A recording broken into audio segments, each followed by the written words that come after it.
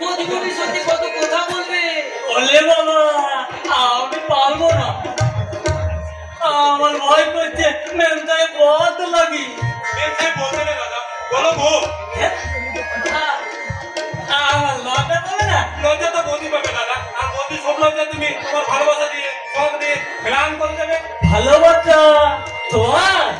বৌদি সাথে কিন্তু একদম পাগলের কম না, সে যা বলবে মন দিয়ে শুনবে, বৌদিকে মন প্রাণ দিয়ে ভালোবাসবে। বৌদিমণি আসছে, ভালো ছেলের মতো ভদ্র হয়ে দাঁড়াও। আমার ভয় করছে না না, ম্যামদের আমাকে বকবে না তো? আবার ম্যাম সাহেব বলে ও বলতে বললাম না। না, আমার লজ্জা পাচ্ছে, আমি বলতে পারবো না। তাহলে তুমি কি করবে? আমি তোমার মতো বৌদিমণি বলে ডাকবো? না, তুমি বউ বলে ডাকবে, বৌদি মনে বললে কিন্তু বৌদি সত্যি সত্যি রেগে যাবে। সত্যি? তাহলে ওর আমি বউ বলেই ডাকবো।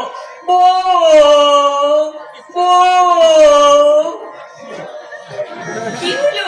এমন করে থেমে গেলে কেন? বলো, কি বলে ডাকছিলে? না। বৌদি, ঠাকুর মশাই, আজ যা তোমার জীবনে ঘটে গেল, তার জন্য যেন আমার দাদাকে দায়ী করো না। আমি জানি আমার দাদা ঠিকমতো সরল, হয়তো অনেক কিছুই বোঝে না, দাম্পত্য জীবনে মানে হয়তো বোঝে না। দাদাকে তুমি তোমার নিজের মতো করে নিয়ে বোঝে, মনের মতো করে নিয়ে। তুমি কোনো চিন্তা করো না গো ঠাকুরপো, তোমার দাদাকে আমি আমার মনের মতো করে গড়ে তোলার আপ্রাণ চেষ্টা করবো। তুমি পারবে গো বৌদিমণি, তুমি নিশ্চয় পারবে। তুমি যে দেবী গো বৌদিমণি, তোমার মতো দেবীর শুভ শক্তির মহিমায় আমার খোকা বাবু আমার একদম জীবন পাবে না। আমার একদম না না না, তুমি দিও না, না না না, আমার ভয় করছে, না না, না না। দাঁড়াও, কিসের ভয় তোমার? না, মানে তুমি যদি লাগ বলো। কেন? আমি রাগ করবো কেন? মানে ভাই বলছিল। কি বলছিলে ঠাকুরপো? ভাই বলছিল তোমাকে মন প্রাণ দিয়ে ভালোবাসতে, কিন্তু আমি তো ভালোবাসতে জানি না গো। তাহলে কেমন করে ভালোবাসবো? তুমি আমায় শিখিয়ে দেবে গো। ভালোবাসি কখনো শেখানো যায় না গো, অন্তরের আবেগ দিয়ে সেটাকে উপলব্ধি করে নিতে হয়।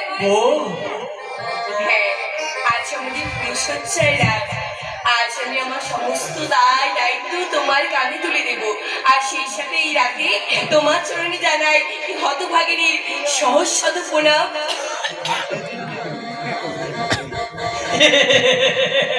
হলো তো, তাহলে প্রণাম করতে হয় বুঝি। দাঁড়া দাঁড়া, তাহলে আমি তোমায় প্রণাম